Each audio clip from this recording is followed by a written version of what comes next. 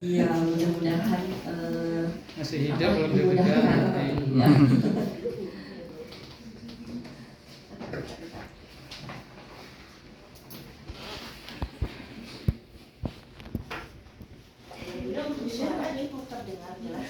ya. Iya.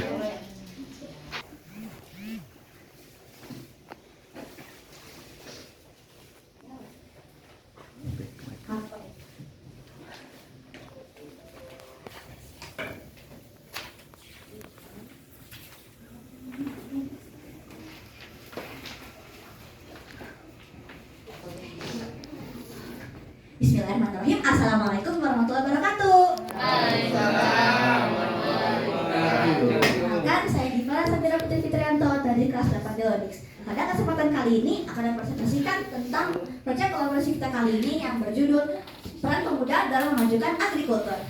Mari kita mulai. Oke, di presentasi kali ini aspek-aspek yang kita akan bahas itu adalah pertama latar belakang, kemudian ada rumusan masalah, jika ada pembahasannya ya kita membahas masalah yang ada, dan terakhir itu ada kesimpulan dan juga solusinya. Lanjut. Oke, pertama, Indonesia adalah negara agraris, yaitu Indonesia adalah negara agraris, yaitu negara yang menghasilkan sumber daya alamnya dari kegiatan bercocok tanam dan juga petani. Nah, karena kondisi agraris tersebut, maka kita sebagai bangsa Indonesianya wajib memperhatikan kondisi agrikultur Indonesia kita sendiri. Nah, tema proyek kita kali ini adalah agrikultur ya. Dan ini adalah ayat yang sangat berkaitan pada proyek kita kali ini, yaitu Surat Yasin ayat 33 yang berbunyi, A'udzubillahi minasyaitonirrajim. Wa ayatul lahumul ardu maitah ahyaynaha wa akhrajna minha habban faminhu yakulun, yang artinya, dan satu-satunya kekuasaan Allah yang besar bagi mereka adalah bumi yang mati. Kami hidupkan bumi itu yang kami keluarkan daripada biji-bijian, maka daripadanya mereka makan. Nah, kenapa ayat ini berkaitan? Karena di ayat ini kan disebutkan kalau Allah itu menumbuhkan biji-bijian dari dalam bumi. Nah, biji-bijian ini itu adalah sumber daya alam yang kita gunakan untuk melakukan kegiatan agrikultur. Makanya ayat ini sangat berkaitan pada proyek kita kali ini. Dan itu latar belakang. Tadi kan disebutkan konten itu agrikultur. Nah, apa itu agrikultur? Agrikultur adalah kegiatan ekonomi pemanfaatan sumber daya alam atau hayati yang dilakukan untuk memenuhi kebutuhan pangan manusia sehari-hari. Nah, agrikultur ini sangat penting dalam kehidupan ekonomi kita. Sebagai seorang muslim, kita wajib memiliki sifat komitmen terhadap agrikultur ini. Dan sikap komitmen ini juga menjadi salah satu sikap kita sebagai bangsa Indonesia, semangat kita sebagai bangsa Indonesia untuk mengedepankan dan menjaga agrikultur ini. Nah, dalam bidang agrikultur ini itu ada beberapa masalah. Masalah-masalahnya itu kita bagi menjadi 3. Pertama ada masalah produksi, yaitu masalah cara menghasilkan produk dari hasil agrikulturnya. Terus kedua ada masalah distribusi, yaitu masalah cara memasarkan produk tersebut. Dan ketiga itu ada masalah konsumsi, yaitu masalah siapa saja sih yang akan memakan produk tersebut. Oke, untuk mengetahui masalah ini lebih lanjut, saya dan teman-teman saya ini melakukan perjalanan ke pertanian Eduwisata Organik Mulia Haja di Bogor. Nah, kita di sini itu melakukan wawancara kepada para petani yang juga pengelola sawah untuk mengetahui data-data dan juga masalah yang ada. Oke, kita masuk ke pembahasan pertama, yaitu masalah produksi agrikultur. Salah satu masalah produksi agrikultur ini adalah kurangnya tenaga kerja. Nah, salah satu faktor dalam sulitnya produksi agrikultur adalah kurangnya tenaga kerja dan kontribusi kaum muda dalam bidang agrikultur ini. Nah, kenapa para kaum muda itu tidak ingin berkontribusi? Kenapa para kaum muda itu tidak ingin ada yang menjadi petani atau paling enggak tuh pengen menjerumuskan diri ke bidang agrikultur? Karena para pemuda ini karena bidang agrikultur ini tuh sudah dipandang sebagai bidang yang tidak menjanjikan masa depan para pemuda ini tersebut. Nah, bidang agrikultur itu dipandang sebagai bidang yang tidak menarik, tidak begitu penting dan tidak menjanjikan masa depan mereka gitu ya. Makanya mereka tidak tertarik untuk membantu para petani dalam mengembangkan agrikultur. Padahal para peran kaum muda ini sangat penting dalam pengembangan agrikultur. Gitu ya. Terus untuk masalah lainnya itu ada masalah modal. Modal ini meliputi seperti modal-modal biji-bijiannya dan juga modal-modal alat bertaninya ya. Terus selain modal juga ada masalahnya gangguan hama. Nah, hama-hama ini tuh berbahaya kepada proses produksi agrikultur ini karena dapat menyebabkan gagal panen. Itu kenapa para hama ini tuh berbahaya untuk para petani. Terus dari proses produksi yang ada tuh kita ada muncul pertanyaan, adakah limbah yang dihasilkan dari produksi tersebut? Jawabannya ada dua. Ada limbah pestisida kimia dan juga ada limbah jerami. Untuk limbah pestisida kimia itu digunakan untuk mengusir hama yang tadi, mengusir gangguan hama. Tapi pestisida kimia ini tuh berbahaya jika tidak sengaja dikonsumsi oleh para konsumen. Jadi biasanya pestisida kimia ini diganti menjadi pestisida nabati agar bisa lebih aman jika tidak sengaja dikonsumsi. Terus untuk limbah yang lain juga ada jerami. Limbah jerami itu juga berbahaya jika dibiarkan saja. Jadi biasanya dijadikan kompos atau pupuk untuk bisa membantu para pertanian. Untuk limbah. Lalu kita balik lagi ke masalah yang tadi. Kira-kira solusi apa yang bisa kita terapkan? Nah, solusi pertama yang bisa kita terapkan itu pertama tuh kita harus bisa mengubah pandangan atau image bidang agrikultur ini kepada para pemuda. Para pemuda tuh harus bisa melihat bidang agrikultur sebagai bidang yang menarik, jadi bidang yang penting dan bisa menjadikan masa depan mereka. Nah, kita bisa mengubahnya mungkin dengan membuat program-program edukasi dan juga lainnya.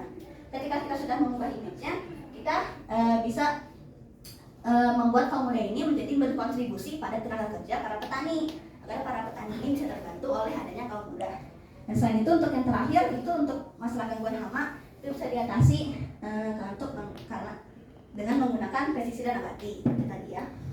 Lanjut ke permasalahan distribusi. Nah, berdasarkan survei yang ada, para petani itu mendistribusikan produknya tuh dalam 3 cara. Pertama adalah secara langsung, jadi mereka membuka market atau pasar sendiri, terus langsung berkomunikasi langsung dengan konsumennya ya.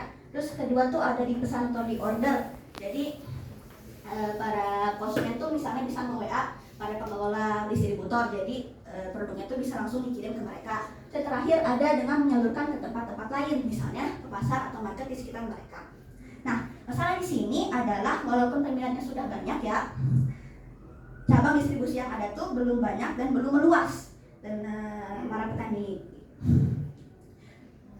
para petani ini itu salah satu faktor belum meluasnya tuh karena para petani tidak berani mencoba mendistribusikan produknya secara online. Ini kenapa para lahan distributornya itu kurang luas dan kurang banyak gitu peminatnya. Terus solusinya apa? Kita bisa menggunakan para tenaga kaum muda tadi untuk membantu para petani untuk mendistribusikan produknya secara online. Para kaum muda ini yang tadi tertarik pada agrikultur bisa membantu para petani untuk mendistribusikan produknya secara online, bisa dari aplikasi-aplikasi yang sudah tersedia atau mungkin membuat aplikasi sendiri. Ya. Terus kita ke masalah konsumsi. Nah, untuk masalah konsumsi ini kita fokuskan ke konsumsi para kaum muda dan remaja ya. Untuk mengetahuinya, kita melakukan survei kepada beberapa anak-anak di lingkungan cendekia muda dan mendapat hasil sebagai berikut. Yang di kanan ini itu data tentang remaja-remaja yang suka sayur, dan yang di kanan itu yang suka buah. Jika dilihat, yang suka sayur itu ternyata yang tidak suka sayur itu ternyata ada 103 orang dari 123 orang yang disurvei. Terus yang buah itu ternyata ada 77 orang dari 123 orang yang disurvei itu ternyata tidak begitu suka buah. Ini menandakan bahwa minat remaja akan buah dan sayur itu sangatlah rendah. Dan tentunya ini masalah karena kalau gak ada yang suka, terus si petani pengen jualan ke siapa gitu kan. Nah, terus tapi kalau lihat ya, ternyata orang tuh lebih suka buah daripada sayur. Coba lihat yang suka buah tuh kira-kira ada 46 orang. Terus yang suka sayur itu cuma 20 orang. Itu kira-kira kenapa ya? Kenapa para pemuda remaja ini tidak suka sayur dan buah? Nah, kebanyakan alasannya itu karena mereka berpikiran bahwa sayur itu tidak enak. Mereka berpendapat bahwasanya itu tidak enak. Mereka tidak terbiasa akan rasa yang ada dan mengungkapkan pendapat-pendapat seperti rasanya hambar, rasanya asam, dan lain-lainnya. Nah, sangat disayangkan bagi para pemuda untuk tidak menyukai sayur dan buah. Padahal sayur dan buah ini tuh pertama baik untuk kesehatan pencernaan karena mengandung vitamin juga mineral. Terus kedua itu juga bermanfaat. Terus kedua itu juga halal dan thayyibat sesuai dengan yang disebutkan dalam hadis dan Quran. Terus ketiga dia juga baik untuk kesehatan kebugaran jasmani karena dapat meningkatkan kecepatan, kelincahan dan daya tahan tubuh manusia. Nah, sayang banget ya mereka pada suka. Terus solusinya apa ya? Nah, solusi agar para pemuda itu bisa lebih suka sayur dan buah tuh diantaranya adalah untuk memperluas wawasan kaum muda akan manfaat-manfaatnya. Kan tadi kita lihat ya, kalau ternyata orang tuh lebih suka buah daripada sayur. Kebanyakan orang tuh lebih suka buah tuh selain karena rasanya, itu karena mereka tuh sudah lebih tahu akan manfaat buah dan buah-buah yang dikonsumsi. Mereka tahu kalau makan buah tuh aku bisa begini-begini, tapi mereka kurang tahu manfaat sayur. Makanya kita perlu menambah wawasan keduanya agar sayur dan buah ini bisa banyak dikonsumsi oleh para remaja. Terus kedua, kita juga bisa mengolah sayur dan buah ini menjadi produk yang lebih simpel dan lebih menarik gitu para remaja, agar mereka bisa lebih tertarik akan sayur dan juga buah-buah yang ada. Terus kita juga bisa mengkampanyekan manfaat-manfaat yang tadi kepada para kaum muda. Salah satu contoh mengkampanyekan. Nah, salah satu contoh mengkampanyekannya adalah untuk membuat poster masyarakat yang bertujuan untuk mengajak para pemuda untuk memakan sayur dan buah. Ini insya Allah dengan desain poster yang lumayan ramai bisa mengikat para peminat para kaum muda agar bisa memakan sayur dan buah lebih sering. Nah, untuk kesimpulan dari semua pemaparan yang sudah saya jelaskan tadi, kita dapat mengambil kesimpulan-kesimpulan sebagai berikut. Pertama, untuk masalah produksi, ada 3 ya masalahnya. Tadi produksi itu ada tenaga kerja, modal usaha, dan juga gangguan hama. Solusinya itu adalah mengubah persepsi, menambah kontribusi, dan menggunakan pestisida nabati.